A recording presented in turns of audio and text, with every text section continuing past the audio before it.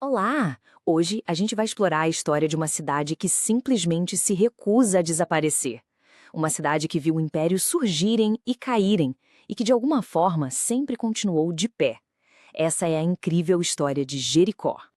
E, para começar, vamos direto ao ponto com um número que é até difícil de processar. 11.000 anos. Pensa só, é esse o tempo que esse lugar é habitado, sem interrupção. É isso mesmo. Não é que Jericó seja uma cidade antiga. Ela é a cidade mais antiga do mundo que nunca deixou de ser habitada. É como se fosse uma conexão direta, um elo vivo com o nosso passado mais profundo. E os recordes não param por aí, não. Dá uma olhada nesse número, menos 270 metros. Sabe o que isso significa? Que a cidade fica 270 metros por abaixo do nível do mar. Ou seja, Jericó não é só a mais antiga, ela é também a cidade com a altitude mais baixa de todo o planeta. É, sem dúvida, uma cidade de superlativos, né? Ok, então a grande questão é essa. A pergunta que vai guiar toda a nossa análise aqui. Qual é o segredo? Como é que um único lugar conseguiu perseverar, passar por incontáveis guerras, conquistas, mudanças climáticas, por mais de 11 milênios? Para a gente encontrar a resposta, a gente precisa começar, bem, pelo começo. E nesse caso é literal mesmo. A gente vai ter que cavar fundo nas camadas de história que formam a base de Jericó. E a chave para entender essa profundidade toda é uma palavra: tel. Imagina um morro, só que ele não é natural. Ele foi formado por milênios de pessoas vivendo, construindo e reconstruindo suas casas sempre no mesmo lugar. Cada camada de terra é uma civilização. E o coração da Jericó antiga, um lugar chamado Tel Sultão, é um desses tels. Agora, olha que impressionante essa linha do tempo. A gente está falando do Neolítico pré-cerâmica, uma época tão, mas tão antiga que é difícil até de conceber. Antes de 9.000 a.C., a cultura natufiana já estava lá deixando suas marcas com estruturas de pedra. Depois, no período que os arqueólogos chamam de PPNA, eles dão um passo gigantesco. Constroem um assentamento com muralha e uma torre de pedra maciça. E não para por aí.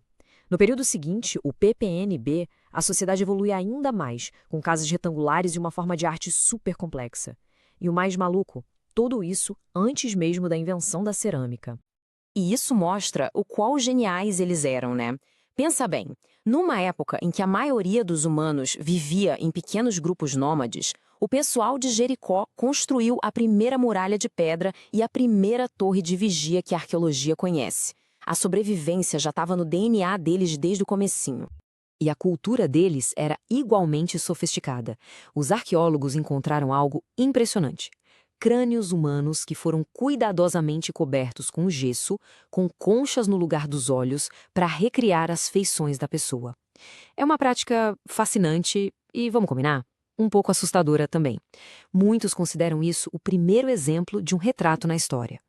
Agora, vamos dar um belo salto no tempo, porque a localização estratégica de Jericó e a sua importância a transformaram num prêmio super cobiçado por todo mundo, de profetas a imperadores. E aí o ponto principal é o seguinte: Jericó foi conquistada o tempo todo. Só que cada novo governante, fossem os cananeus, os israelitas, Herodes, o califado, Omiada ou os cruzados, ninguém a destruía para sempre. Pelo contrário, eles a reconstruíam, adicionando a sua própria camada à história. No fim das contas, ser tão desejada acabou funcionando como um seguro de vida para a cidade. A sua importância religiosa é simplesmente gigante. A Bíblia, por exemplo, menciona a cidade mais de 70 vezes. A famosa história da queda das muralhas termina com essa maldição pesadíssima de Josué. Só que, como a gente viu, a cidade foi reconstruída várias e várias vezes, né? E esse contraste mostra a incrível capacidade de adaptação da cidade. Para os israelitas era um símbolo de conquista divina. Séculos depois, para o Herodes o Grande virou o seu resort de inverno de luxo, um lugar para fugir do frio de Jerusalém e construir palácios extravagantes. É a mesma cidade, com propósitos totalmente diferentes. E as relíquias desses impérios continuam vivas. Esse mosaico maravilhoso da Árvore da Vida, que fica no Palácio de Hisham, da era islâmica, não é só uma peça de museu. Hoje, ele é o selo oficial e um símbolo de orgulho da Jericó moderna, conectando diretamente o presente ao seu passado glorioso. Mas espera aí, Nem a engenhosidade dos antigos, nem a cobiça dos impérios conseguem explicar sozinhos 11.000 anos de história. A verdadeira arma secreta de Jericó, sua maior fonte de resiliência, vem da própria terra. A Bíblia a chama de a Cidade das Palmeiras, e esse apelido antigo já diz tudo. No meio do Vale do Jordão, uma paisagem bem árida, Jericó sempre foi um oásis verde e exuberante. E o motivo? Uma fonte de água espetacular chamada Ain el-Sultan. E para ter uma ideia do poder dela, olha esse número. São quase 4 metros cúbicos de água por minuto. É um fluxo constante de vida que irriga aquela terra há milênios. E essa água toda sempre gerou riqueza. Dá uma olhada aqui. Não importava quem estivesse no comando, a terra de Jericó sempre produziu algo valioso. Tâmaras na antiguidade, bananas e flores perfumadas no período islâmico, cana-de-açúcar com os cruzados.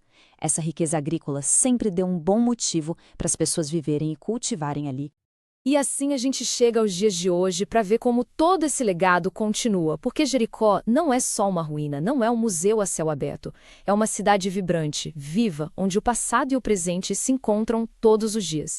Esse gráfico, por exemplo, mostra um crescimento bem grande da população no século XX. De pouco mais de 3.000 pessoas em 1945, pulou para mais de 14.000 em 1997. E hoje a população continua a crescer. E assim como foi em toda a sua história, a localização de Jericó continua sendo de uma importância estratégica fundamental. O controle sobre o Vale do Jordão ainda é uma questão central na geopolítica da região, o que torna Jericó tão relevante hoje como sempre foi. O que nos leva à nossa pergunta final. Uma cidade que sobreviveu à ascensão e à queda de inúmeras civilizações, que se adaptou, se reconstruiu e perseverou. A história dela é um testemunho incrível da resiliência humana. A questão que fica no ar é, depois de 11.000 anos de sobrevivência, qual será o próximo capítulo na história da cidade mais antiga e mais baixa do mundo?